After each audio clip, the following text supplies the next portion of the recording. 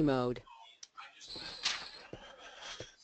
Hello everyone, thanks for joining us today. My name is Patrick Shea, Head of Global Compliance here at Cordium, and I'm joined today by Stephen Squire, who leads our broker-dealer support service.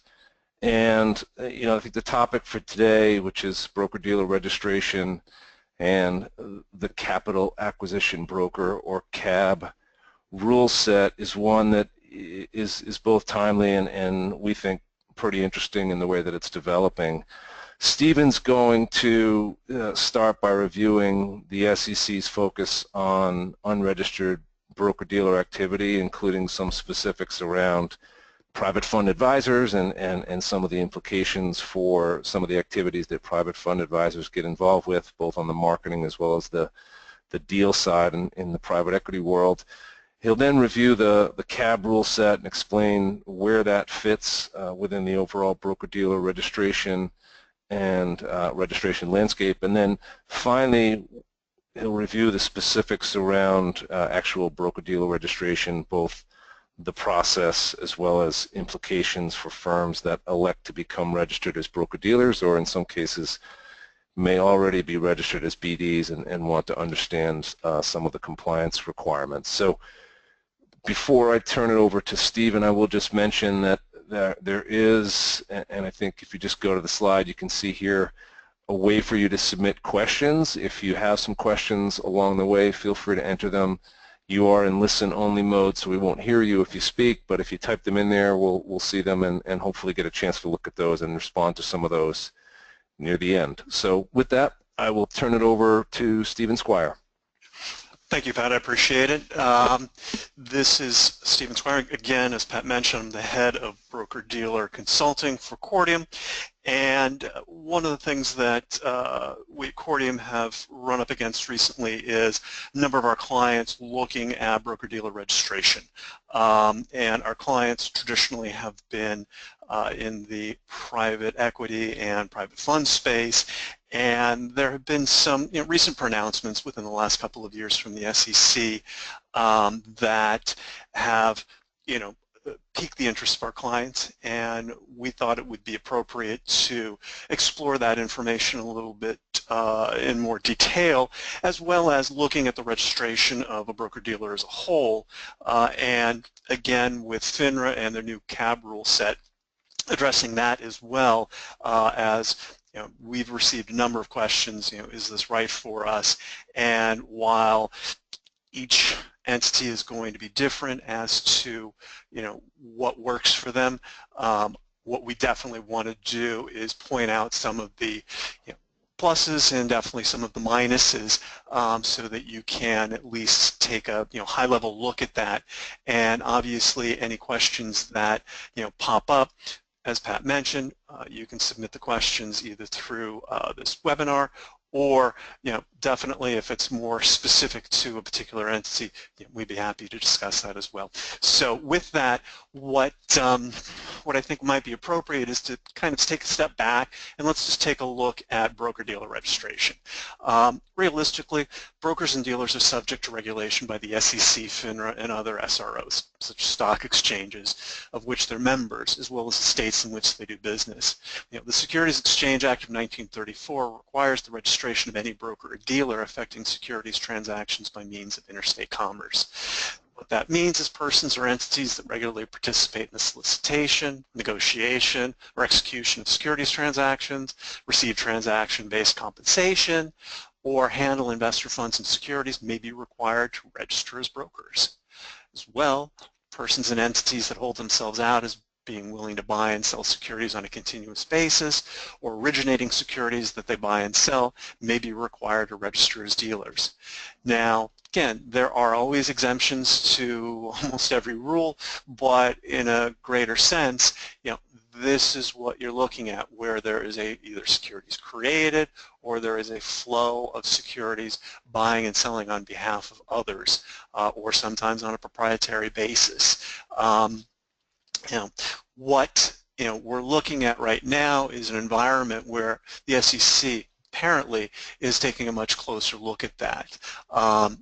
As you know, those of you that are private fund advisors, registration requirements apply to you just as they do with anyone else, again with certain exemptions in place. This issue was raised in April 2013 in a speech that David Blass, then Chief Counsel of the SEC Division of Trading and Markets, which he noted that private fund advisors' routine practice of taking transaction fees appeared to fall within the meaning of the term broker. This could also apply where an advisor pays personnel transaction-based compensation for selling interest in the fund, or has personnel whose only or primary functions are selling fund interest, or where the advisors, its affiliates, or personnel receive transaction-based compensation for investment banking or other brokerage activities. Basically, if you have a sales staff or you're involved in M&A activity, again, it's something that you need to, take a much closer look at.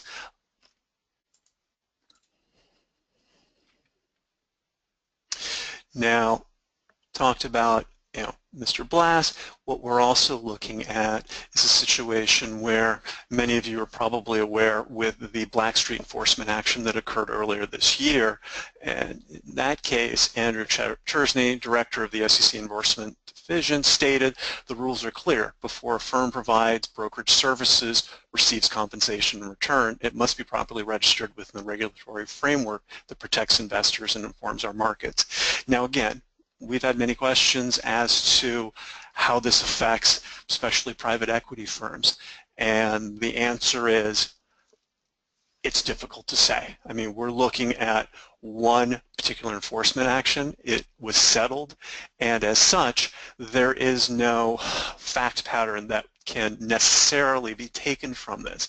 Now, the fine was quite high, but again, as a settlement, there may have been many other issues as well.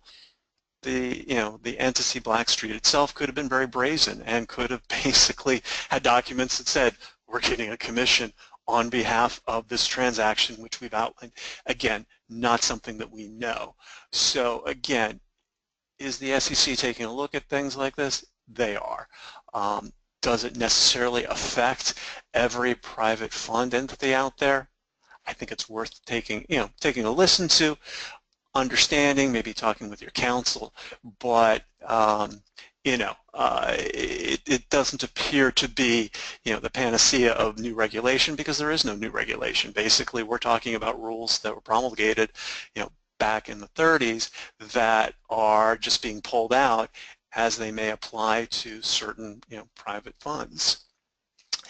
Most recently, subsequent to that, FINRA in August, SEC approved a new rule set for the capital acquisition broker. These are basically broker-dealers that are limited in their securities-related activities to advising on mergers, acquisitions, the sale of private placements, and other types of institutional capital-raising activities spanning both debt and equity. Well, that pretty much puts in a nutshell private equity world and the private fund world. Are they connected? Is there a nexus? Again, we don't know, but for purposes of FINRA, I think they probably saw the writing on the wall. It's likely that for them, an entity that's been losing members through mergers and entities just getting out of the industry, maybe it's for profit. But again, there's a line that we see going from the SEC then through FINRA, and again, it's something that we're advising our clients. It is appropriate to look at in more detail. Take a look at if you have a sales staff, if you have individuals that primarily raise funds, or if you're involved in private equity deals where you're getting a fee. How are you demonstrating that fee? How are you documenting it? Again, things that you definitely want to take a look at. And obviously, for purposes of registering as a broker-dealer, there are different ways to do it. What we'll talk about in a little while is the capital acquisition broker. Kind of delve into that, and then come back and take a look at registration as a whole. But before we do that, Pat, I know, you've been with Cordium for quite some time. You have a number of clients in the space. What are you seeing out there? What kind of, calls are you getting from your clients? Are they, are they noting this? Are they, the law firm memos that come out, things of that nature? Is this something that you're seeing a lot of?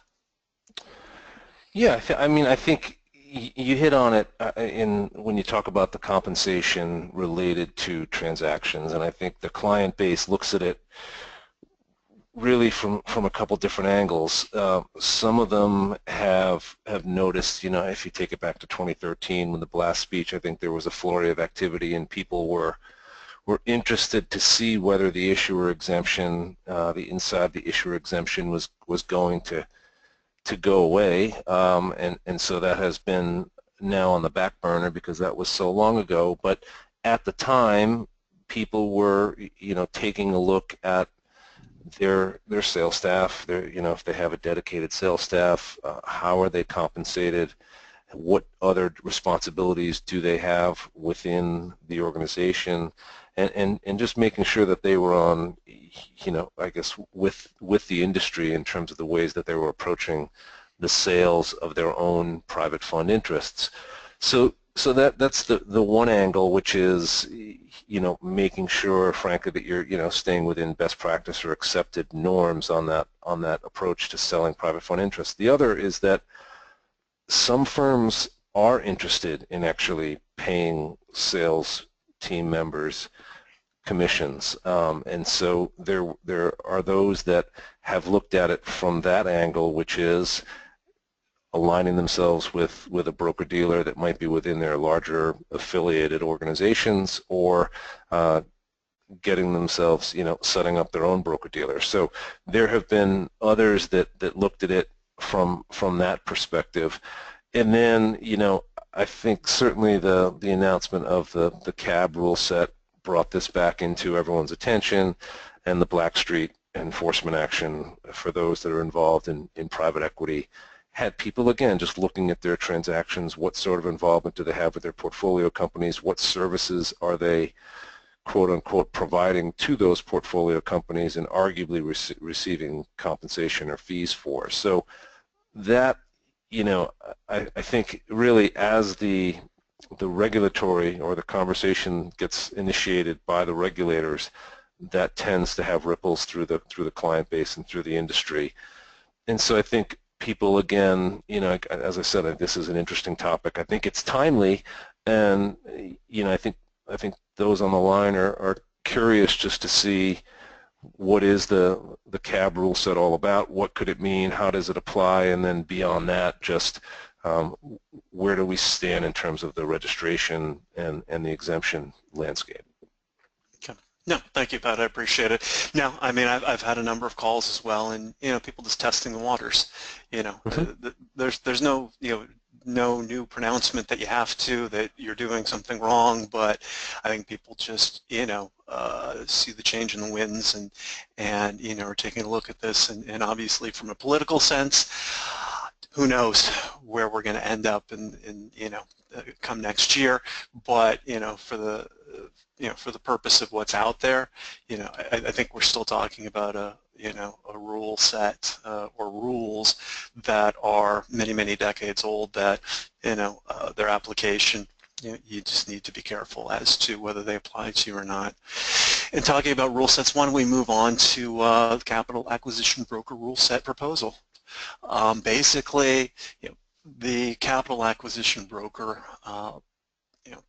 thought process was been in play for a number of years. Basically, the thought was to have a separate registration category that would allow for limited supervision and regulation of entities that were basically not engaged in active trading or management of client funds.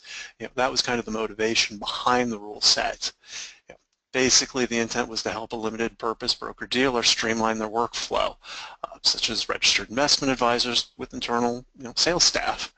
In the past, the fund advisor, sales people took advantage of limited exemption from registration as a broker-dealer under Rule 13A-4-1 of the Securities Exchange Act of 1934, basically the issuer exemption, which we discussed. And, obviously the issuer exemption is still available. It's not going away, but entities that have employees operating under the exemption really need to take a closer look. And as Pat mentioned, are your ducks all in a row? Because, again, this is, an area of concern apparently for the regulators.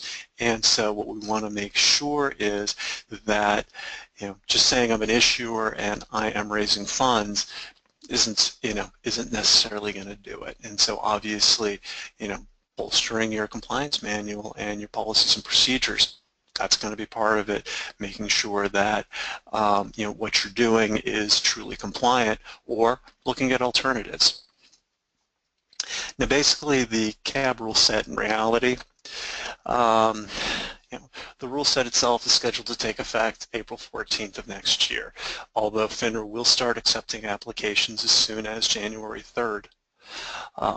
Basically, if you're considering registering as a CAB, you need to weigh the decision carefully before initiating a membership application.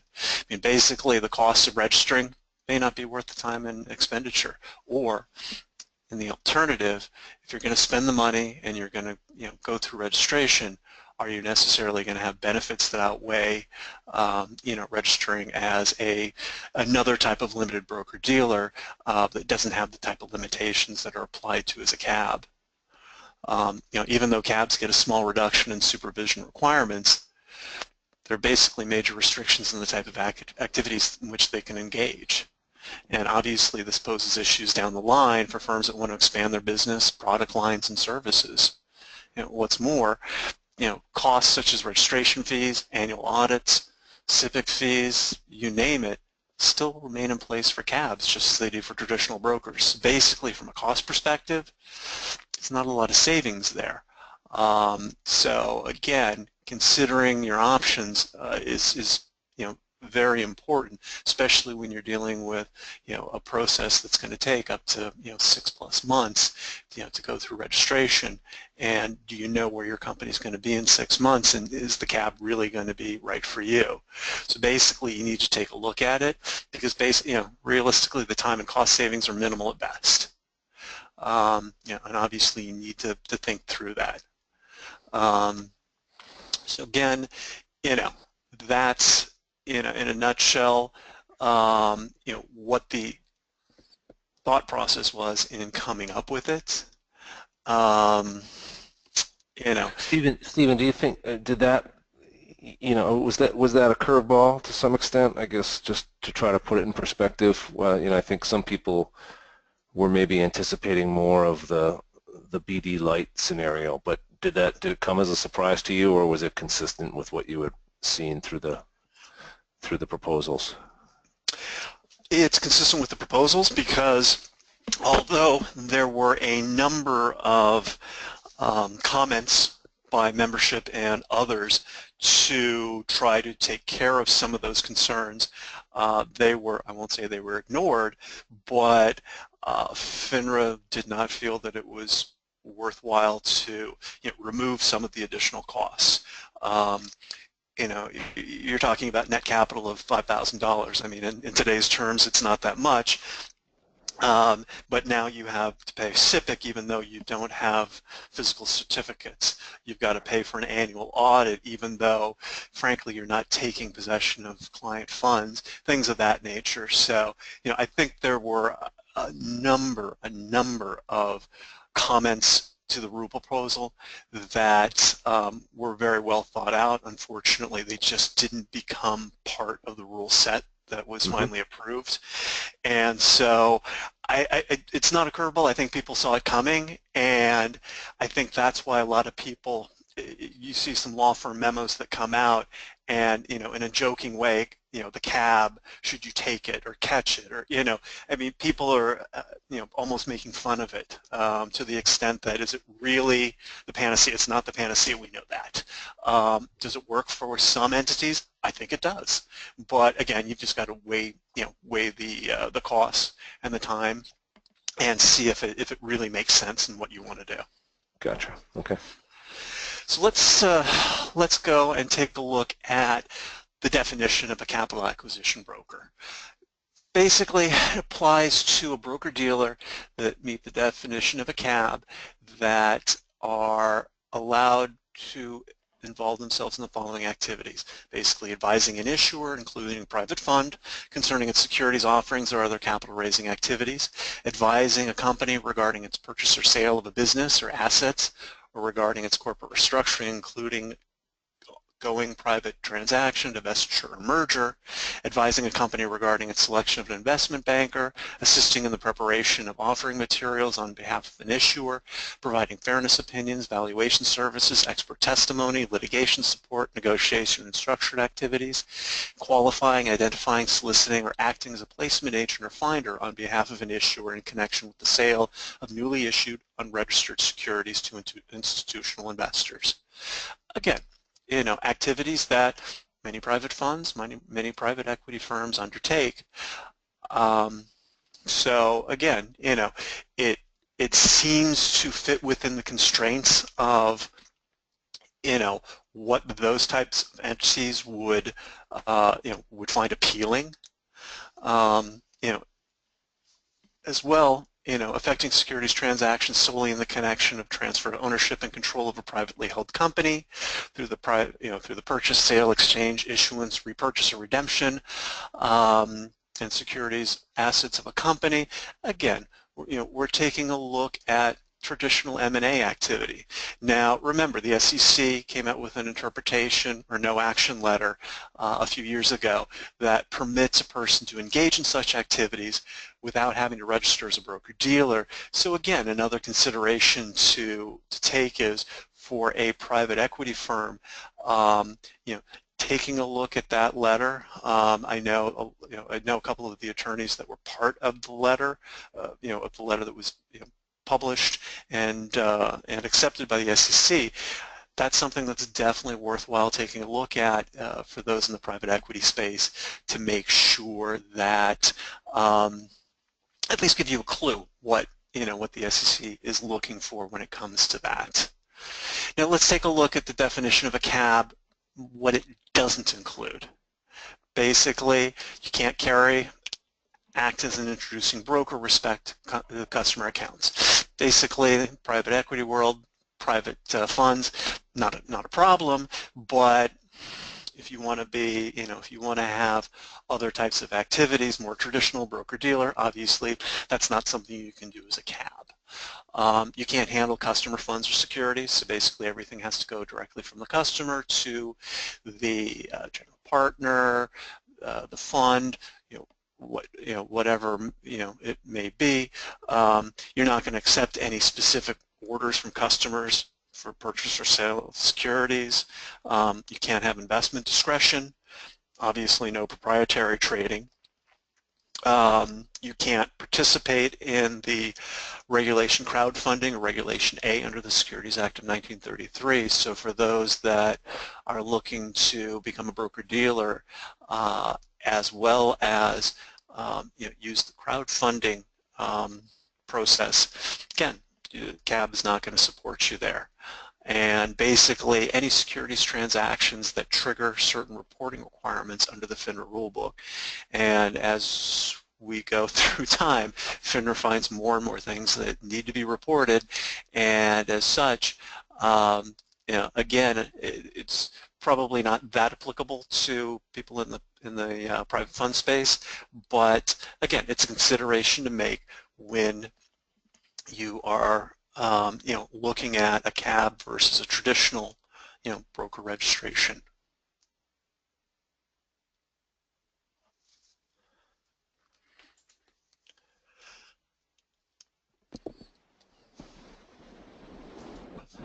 Now the rule set limits the scope of activities to cover only the sale of newly issued unregistered securities. So basically, if you are selling anything on a secondary basis, again, that's not applicable under the CAB rule set. So, secondary market activities really is going to discourage private fund placement agents from registering as a CAB because, maybe you can sell the initial, but you can't act as an intermediary if there's going to be some sort of resale. Stephen, as you look at that list, if you just go back to that, the one that jumps out at me is just the, could you go back? Yeah, so the one that the investment discretion on behalf of any customer, is that interpreted as broadly as it looks for those investment advisors in the audience today? Well, I mean, investment discretion to the extent that you're buying, selling securities on behalf of a client. If you were to register and then the client said, get me out when it's time to get out, yeah, I mean, it could be defined very broadly. So yeah, I mean, that's something to definitely take to heart. I don't know how many funds act in that capacity. Maybe you've handled more that do that, but I think as the list goes, it's really trying to say, here's a traditional broker, let's just whittle away on the things that, yeah, we know you just are not going to be able to do. Okay. And as this applies to, a private fund, it could, and that I think is going to need some time to develop to figure out, is there a fact pattern that really that really works with that particular point. And again, I mean, we have to see. At this point, we're not going to see the first CAB until, if they accept them in January, we're not looking until June. Then we're looking at another 6 months before the first examination. So we're talking December of 2017 at best. The first examination is basically just a, shake of the hand, turn and cough type of, type of review. So it'll probably take a little time to, to get a feel for, how it's treated, how people are taking a look at it, and who knows? I mean, maybe, maybe this is a big failure. Maybe no one does it, or very few do it. FINRA has come out and said there are hundreds of entities that would benefit by doing this and should register as a CAB. And I think a great percentage of the people have looked at that and said they've really overestimated. And I guess we'll see. I don't think that they're going to publish any stats on it, but I'm not sure how many CABs we're going to see in the next, in the next 12 months.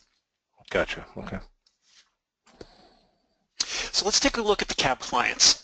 I mean, basically, CABs are limited to dealing with institutional investors. Basically, that includes banks, savings and loans associations, insurance companies, registered investment companies, governmental entities, employee benefit plans, qualified plans, or any person with total assets of at least $50 million, or a person acting solely on behalf of any such institutional investor. As well, client could be a person meeting the definition of a qualified purchaser, basically a natural person who owns not less than $5 million in investments, a company in the same straits own not less than $5 million in investments, trusts that are in the same vein. The one thing that is missing is that you are not able to use the accredited investor. So for those that are of the mind dealing with the private equity world, dealing with private placements and the like, one additional client you would have is going to be that guy that has $1 million, not counting his home, or he and his wife making in excess of $350,000 a year, blah, blah, blah, those type of things. That is right out. So you are strictly limited to acting within Section 3C7 of the Investment Company Act. So again, you've got limitations on the type of clients that you can engage with. So, that should be a fairly big consideration. Now, again, most of the private equity firms, private fund firms that we deal with, the 3C7s, that's their bread and butter.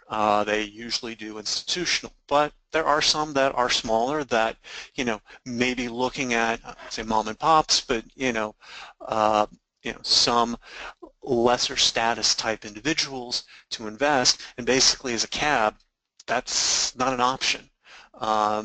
Regardless if, maybe it's, a well-known person, it's your dad or something of that nature. Again, those are limitations that you really need to be mindful of. So, definitely want to be considerate of, what your client base is, what are you looking to achieve, who are your clients right now, to really understand, does this fit with what I want to do? If I have to register, am I right out because these are the kind of clients I have and the cab won't let me do it. So again, that's something that you really, really want to take a look at. Now, as we take a look at the rule set, it contains streamlined conduct rules, including rules for your customer, suitability, abbreviated version of FINRA's communication rules, basically prohibiting false and misleading statements. Cabs will not be subject to FINRA's rules regarding fair prices and commissions or charges for services performed, and imposes limited supervisory requirements, incorporating some of the requirements of Supervision Rule 3110, but not the provisions related to an annual compliance meeting, review and investigation of transactions, documentation, and supervisory procedures for supervisory personnel or internal inspections. Well, that's all well and good, but that doesn't really take up a lot of time. If you have an entity and you've got a part-time compliance person, yeah, that's going to free up some time. You have somebody that's going to be spending more time dealing on the IA side rather than the BD side. Yeah, that could be attractive. At least I don't have to do an annual review. The compliance meeting, I don't have to herd cats and talk about specific regulations once a year, things of that nature. So yeah, that's that's definitely beneficial for a lot of entities as well. The CAB rule set does not require chief executive officers to certify that they have in place processes to establish, maintain, review, test, and modify written compliance policies, procedures, the normal annual CEO certification. They're not subject to FINRA rules regarding business continuity plans or testing. It does prohibit a CAB from participating in any manner in a private securities transaction. So basically, if you've got employees that have some business on the side or do other type of private securities transactions that may be either with you or with someone else, that is a limitation. So again, that's something that you really want to pay attention. While CABs are subject to a reduced set of FINRA rules, they're still subject to all the federal securities laws, regulations, and any applicable state laws. So basically, any privacy rules, any other federal laws, rules, regulations that are out there that are applicable to a broker-dealer, unless they're a FINRA rule that are specifically exempted, they are applicable. So again, there are some benefits, but again, you really need to take a close look at the time savings and make sure that you understand that you're still going to need to comply with a lot of other rules and regs that that are applicable to a broker-dealer. Now let's take a look again with the applicable FINRA requirements. you're still required to have registered personnel. They got to qualify with the FINRA exams. You've got minimal net capital requirements. Now again, private placements, you're probably looking at $5,000 net capital, but you still have it.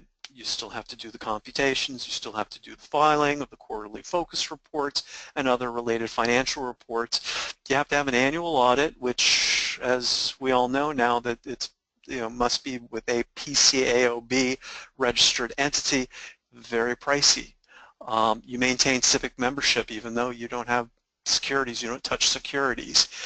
So there are fees that you need to pay just to become a member of civic. You're still subject to FINRA exams, investigations, and arbitrations. Again, once you register, 6 months from the approval, you're going to see FINRA on your doorstep. Now again, for private offering firms, if you don't have complaints, you don't have, other, you're not hiring shady characters, things of that nature, it's likely it's going to be a number of years before FINRA shows up again, but you're still going to have to go through those examinations. You still have to have written supervisory procedures. Your procedures may be thinner than they are for a typical broker-dealer, but you're still going to have them. And frankly, it's not going to, it's not going to be any easier or cheaper to cut out what you don't need. So you've still got that requirement. And then anti-money laundering policies and procedures. Again, whether you're not opening an account, you're basically taking money and you're passing it on to the fund or whatever entity is the controlling entity, but you still have to do specific AML reviews, and that's going to be every 2 years. Now that's a little bit of a benefit. Again, most broker-dealers are required to do them annually. There are a few that have to do them every 2 years, and in this case, the CAB, you can skip a year. Every other year. So again, a little bit of a benefit from the FINRA perspective. So basically the rule set provides limited relief from the current FINRA regulatory framework, but I think that the benefits appear to be marginal. Again, if it fits within the constraints of what you're doing and what you're looking for, that's great, but again, the time savings and cost savings may not necessarily represent, what works best for you.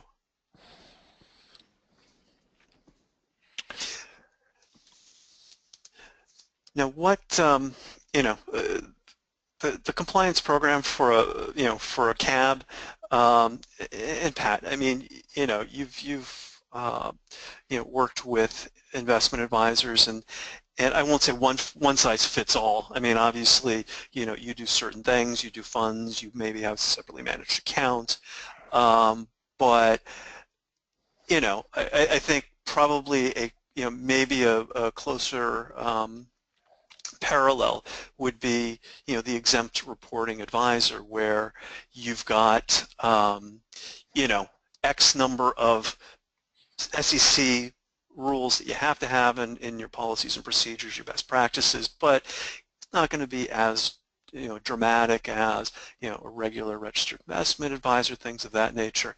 I mean, does that kind of make sense to you? I mean, when the exempt registered advisor came out, was there the same kind of, is that going to work for us? Does it really exempt us? Does it, is it a benefit to us rather than becoming a fully registered entity? I mean, what did you see at that point? Yeah, I mean, the analysis around those that were eligible to claim the ERA status as private fund, the private fund advisor exemption in most cases from our client base, they looked at it, and what I saw most commonly was that they would take advantage of, or they would opt into the ERA status, but in many cases would develop a full-blown compliance program. So they would be developing a compliance program as if they were a fully registered investment advisor. So I see the parallel in terms of a CAB as compared to maybe a more robust BD with different activities that require different policies and protections. But I think anytime you look at that, maintaining written supervisory procedures, they're going to be the the customization comes into play just in terms of what best practices you may adopt and how you apply them. So, yeah, I mean, I think it is a parallel, and to the extent there are those ERAs out there that did just opt into ERA status and also adopt a lesser set of written policies, then they're shorter and less onerous from an Advisors Act perspective, but as you mentioned, I think on the last slide, still subject to a lot of the other anti-fraud provisions which would apply to a registered and unregistered advisor. Okay. Yeah. No. I mean, that's very helpful. Again, for the few pages you lose out of the your written supervisory procedures for a cab, realistically, it's very few in the larger scheme of things. And again, that's a consideration that obviously you need to make. And let's also take a look at private equity firms. M&A advisors who are currently registered with FINRA, they want to raise capital for their investment banking clients, advise members of an underwriting, paid for their services. But again, CAB is very limited and prohibits raising capital, as we mentioned earlier, from accredited investors who are not also qualified purchasers. So, in the M&A world, again, you're somewhat limited on a client base as well. So, again, it's really, does it fit?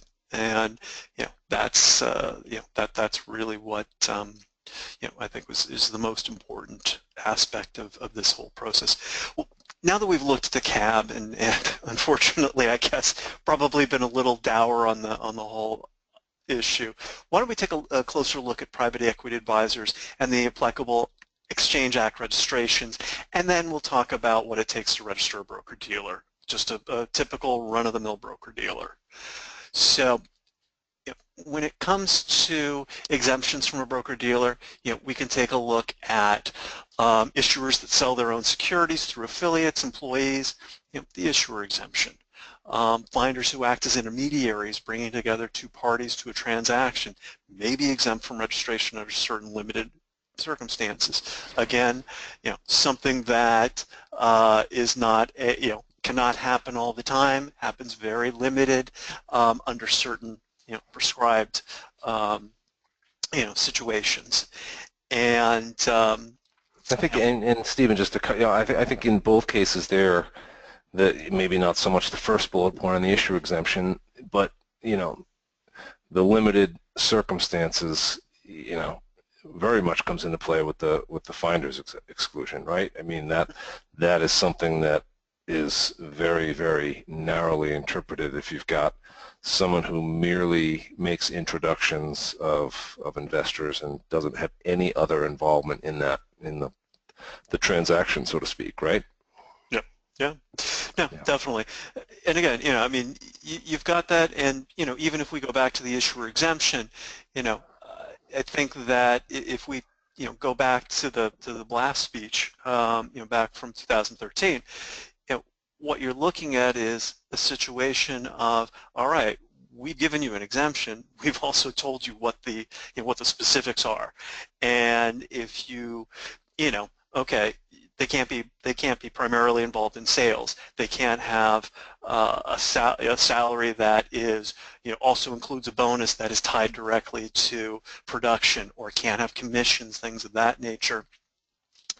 Again, I think that that's more important than anything else, and I think for this conversation is that looking at what you're doing and taking a thorough a thorough review, whether it be with counsel or internally, and looking at, forget about the CAB, forget about registering as a broker, but if we're looking at an exemption, then I think it's really important that we comply specifically with whatever that exemption may be.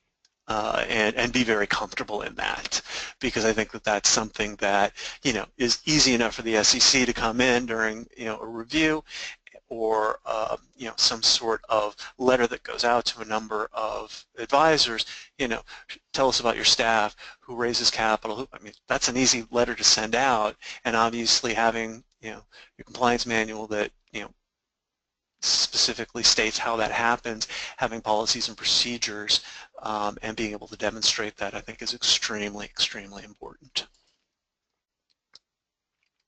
So with that said, why don't we just move on to broker-dealer registration. And basically, again, to register as a broker-dealer, you make application to the SEC and the SRO, basically FINRA. These days, you're going to be filing a Form BD with FINRA, which also is communicated to the SEC.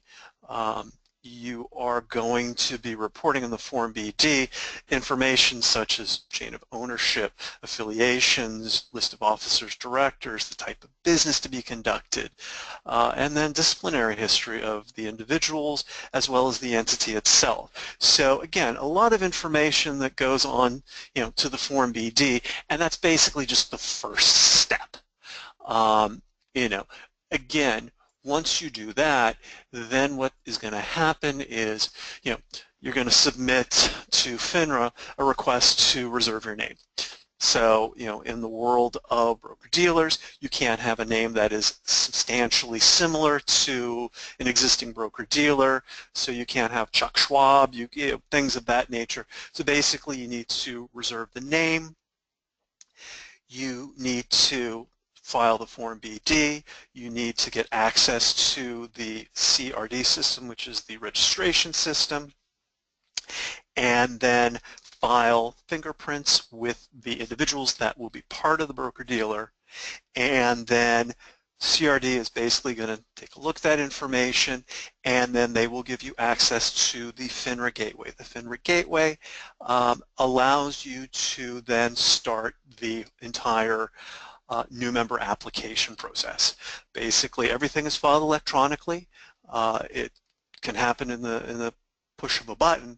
Unfortunately, the information that they look for is quite voluminous. Regardless if you're applying as a CAB or a traditional broker, there is a substantial amount of information.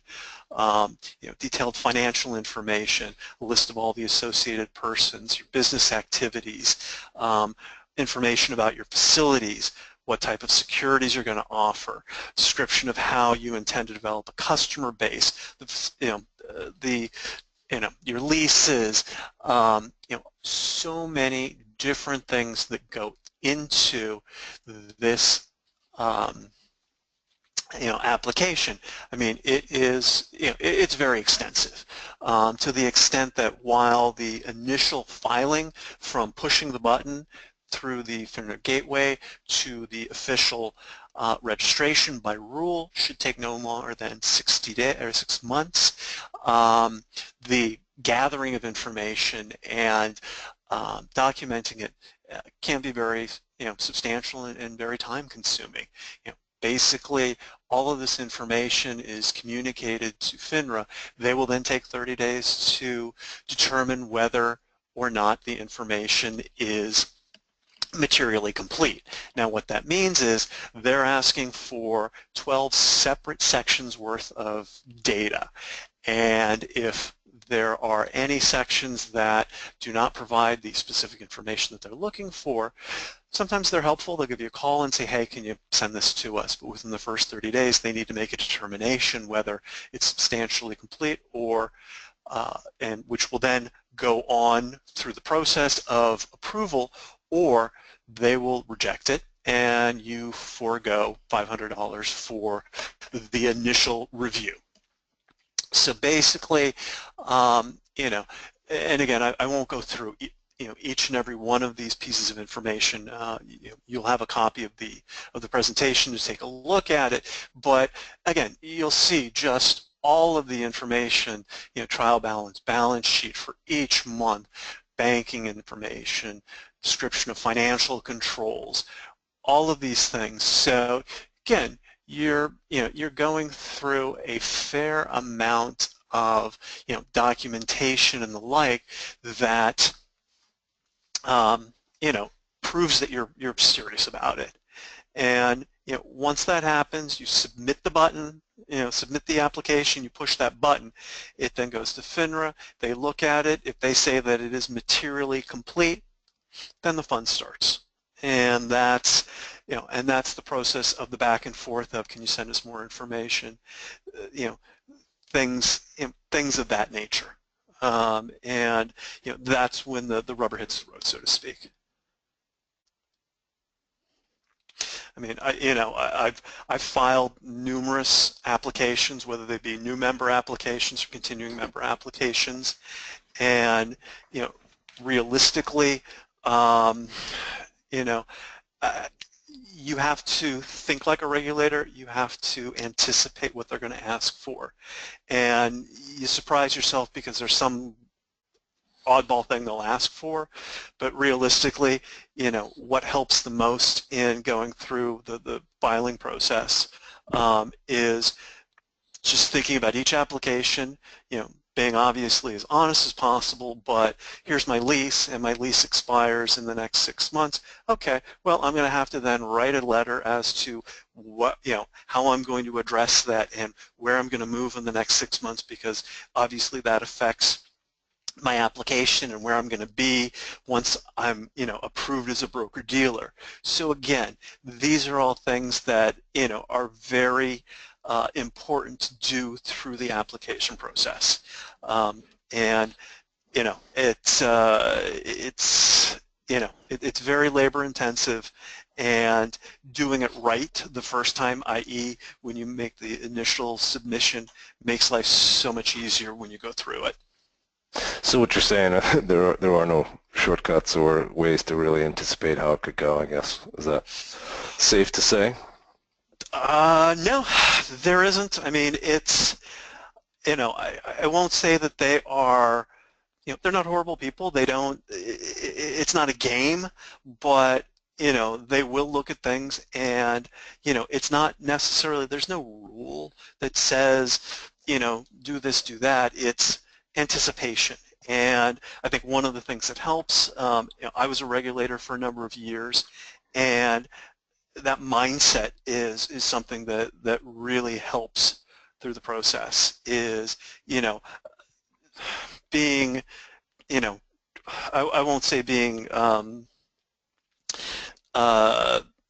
sneaky about it, or thinking they're these guys are trying to open a broker-dealer and they're gonna they're gonna do something evil. But you always have to take a look at, there's a missing page. It's a 100-page document and there's one page missing. Well, you know what? You got to answer that question. You got to address that, and that's really what it comes down to, is just being very, very precise with it. And sometimes you're lucky and you can get an application through very quickly. Again, if you've been in the securities industry for a long period of time, you're going to be doing what you've done in the past. You're dealing institutionally instead of with retail clients. I mean, things of that nature make life a lot easier. If one day you wake up and I want to be a broker and I'm going to open up my own brokerage firm and I've never done it before, and I'm going to go on the internet and sell options to mom and pa, that's going to take a long period of time. And that's really what you need to take a look at, is what your expectations are, what you want to do, and have the right people. If nobody's been registered before, it's going to be a long haul. It's going to be a tough one. It can happen. It will happen. But it's a lot of those can take much longer than 6 months, and sometimes they will just reject you. And that's one thing you need to make sure, is because they're going to go through this, they're going to review, and if you are lucky enough, you then go to the membership interview. And basically what that means is you've answered all their questions, you've addressed all of their issues, they feel rather comfortable with what you're proposing, and then you need to set a time to meet with the district staff of FINRA to have an interview. Basically, they come and they ask you, how are you going to ensure that your firm is going to be compliant, what your experience and background is, regardless what you filed before. I mean, it's, you know, it's like a job interview, so to speak, and they're the ones that control whether you can open a broker-dealer or not. You know, I won't say that it is a given at that point. You can always blow it, but realistically, if you get to that point, you're pretty close to you know, having approval. So once you go through that, then there is a further review period, and then FINRA will let you know one way or another. Now, obviously, if they come to you and say, we denied your application, we are not going to allow you to become a broker-dealer.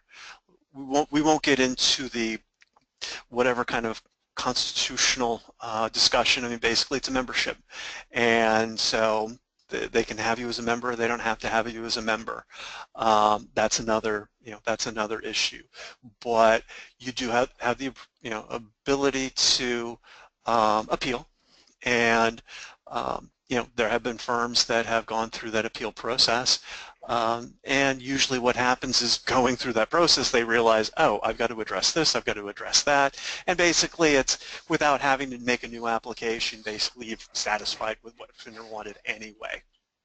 So that point, you go through, you've done the application, you've done the membership interview, and then FINRA issues the decision, and then what happens is they will give you what's called a membership agreement, better known as a restrictive agreement. Basically, that agreement says that XYZ brokerage firm has been approved to do these 3 specific types of business, no more.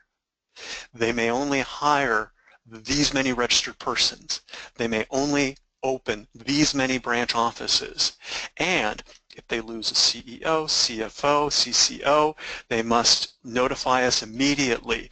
If their clearing agreement changes, they must notify us immediately. Things of that nature. It's very dour. It's, it's an agreement whereby you have to notify FINRA of just about everything that that affects the firm, and most definitely limits you from doing the type of business that you may want to do in the future, hiring the number of people you may want, or opening the number of offices. Again, what they're looking for is to make sure that somebody doesn't go in, I'm going to open up an office and I'm going to sell stocks and bonds, and then all of a sudden they've got 30 offices and they're selling options and private placements and this and that. So I mean, there's some control over it. And obviously, as the business changes, if you're approved, you sign your management agreement or your membership agreement, which you agree with FINRA what your what the limitations will be. If you want to change that in the future, by all means, you would then go through this process again. So instead of a NMA, new member application, you would have a CMA, a continuing membership application, which for all intents and purposes includes just about everything that we've kind of gone through and everything that's sitting on these slides again. So one of the most important things, and this harkens back to the initial issue, is being very thoughtful when you're looking at this. If I want to open up a broker-dealer, okay, fine. I want to open up a cab, I want to open up a traditional broker, that's fine. Before you make that decision, there are a lot of things that you need to think about, and there are people that you should be discussing it with, your counsel and your consultants and whomever else, because it's something that's going to affect you for a very, very long time, and any changes to that will affect you because of the timing, the costs, and the like. So, when it comes to that, you definitely want to be very thoughtful in any type of decision that includes opening up a broker-dealer. Now, we can talk about withdrawing an application or letting a membership application lapse. It happens from time to time. I thought about it, I wanted to do it, and then I decided, nah, these guys are just rubbing me the wrong way. Well, no problem. I mean, you can easily file a Form BDW, BD withdrawal, but what happens is all the fees that you filed, so basically the initial fee $7,500 for FINRA, all the state fees that you've submitted, all of the individual registration fees, they keep. So you've just wasted, $15,000 to $20,000, and that's it. You've withdrawn your application. Same thing, if you let your membership application lapse, lose your fees, and you got to start all over again. So, when they say you've got 30 days to respond, you've got 30 days to respond. If you wait to one day after, it's a problem. And again, that's why, this is a very demanding process, and it's something that, from deciding what I want to do, when I want to do it, how I'm going to do it, and then fostering that whole process all the way through until you get the approval is going to be just as demanding as, okay, I'm now a regulated entity, a regulated person, and hope to God I don't, nobody files a complaint against me, and I get into trouble, and I'm, I can just keep myself going. So again, that's really what you want to, you want to be mindful of. And that's it. I mean, again, as as we've discussed throughout this whole thing, you've got to take thoughtful, deliberations before initiating any type of registration, any type of FINRA registration rule. And basically, you do need to, register as a broker if you have a sales staff, if you, get involved in certain activities. There are other ways to do it. Third-party marketing broker-dealers, placement agents. You've got entities that will, sponsor and register your, your sales staff and provide all the compliance services. So there are other ways to do it. It's basically what's best for you. And that's really the, the crux of the discussion today. So at this point, I want to thank you. And Pat, any final comments or? No, I appreciate you going through all that, and hopefully that was beneficial for the audience. It was certainly, there's a lot of information there. There are some technical aspects to it, but hopefully that gives people a better sense of where things stand today. If there are any questions, feel free to, since we ran out of time, feel free to reach out to either Stephen or myself offline, and we'll be happy to help. Thank you. Great, thank you.